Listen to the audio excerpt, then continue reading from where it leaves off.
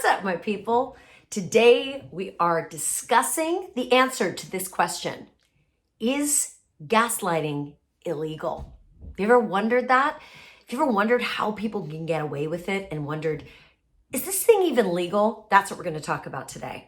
And before we dive in, I just want to encourage you to please comment, like, and subscribe. I love hearing from you guys. I love hearing what resonates, and I love hearing when you disagree with me.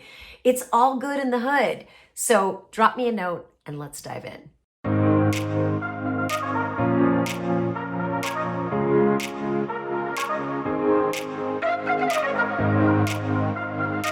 So is gaslighting illegal?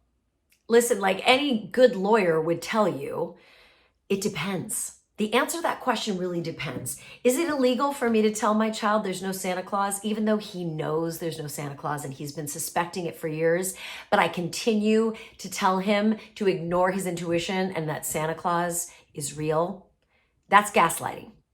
Is it illegal? No. It's kind of part of parenting, honestly. At least in my culture it is.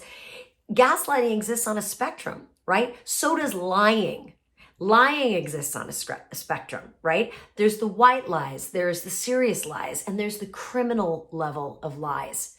So if I'm gaslighting a corporate board, for example, or if I'm gaslighting an employee that's calling BS on something that I'm trying to convince everybody of, and I am making decisions as a CEO that are misrepresenting fact to the investor community, to the consumer, to the public, whatever. Now we're getting into illegal zone. A great example of this was Elizabeth Holmes, right? She was the CEO of Theranos. Remember, they were the company that was supposed to be able to, with just a pick of the finger and a few drops of blood, their product was going to be able to analyze all kinds of different things and revolutionize the way testing is done and lab work is done in the world. Remember all that? Elizabeth Holmes was charged with 11 counts of fraud and conspiracy to commit fraud. Why? Because her product didn't work, despite telling investors, partners, customers that these tests were in fact accurate. They were in fact working. She had kiosks in Walgreens, or was it Rite Aid? I can't remember. My point is that she was deeply misrepresenting fact. And people internally at Theranos that tried to say, hey, time out, something's not right here, there's something fishy going on, she would gaslight them, right? And what's interesting about, and since we're talking about the illegal side of gaslighting, when fraud is committed or conspiracy to fraud, fraud's very interesting. There are actually two types of fraud. There's intentional fraud, when you are gaslighting and misleading people based on an intent to manipulate them for your own personal gain. That's intentional fraud. But then there is negligent fraud. Negligent fraud is when you mislead people through your incompetence, right?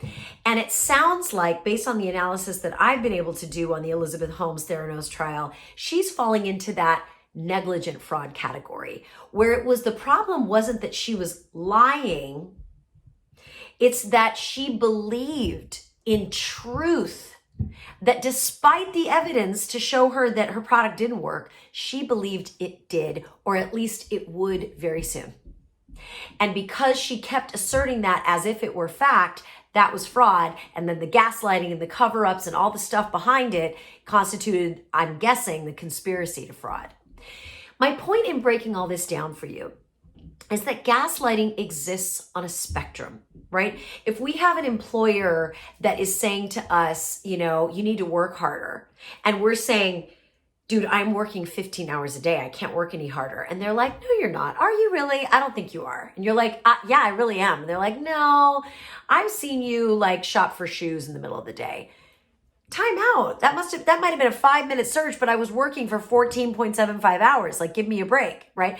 That's somebody fighting against gaslighting at work. Is that kind of gaslighting illegal? No. Is it professional? Not so much, but it's not illegal. But once you start edging into misleading investors, customers, and employees, either through negligence or through conscious, deliberate choice to manipulate, now you're getting into illegal territory. So if you've Googled this because you are feeling like you're watching some illegal behaviors, I really want you to think about this for a second. There is a function in society, it's an archetype, right? It's the whistleblower archetype. A whistleblower is someone who decides to blow the whistle and call time out on the whole shenanigans, right? Whistleblowers have a tough road to walk. They are the truth tellers. They are the unpopular sayers of the thing that nobody wants to admit. And a lot of times they experience retribution, revenge. They have their lives turned upside down. You see examples of whistleblowers getting in trouble within Scientology, right? The minute somebody blows a whistle on sketchy stuff that Scientology is doing, the minute that happens, that person gets punished in a lot of different ways. So in the United States, where I'm recording this, there are certain laws that exist to protect the whistleblower.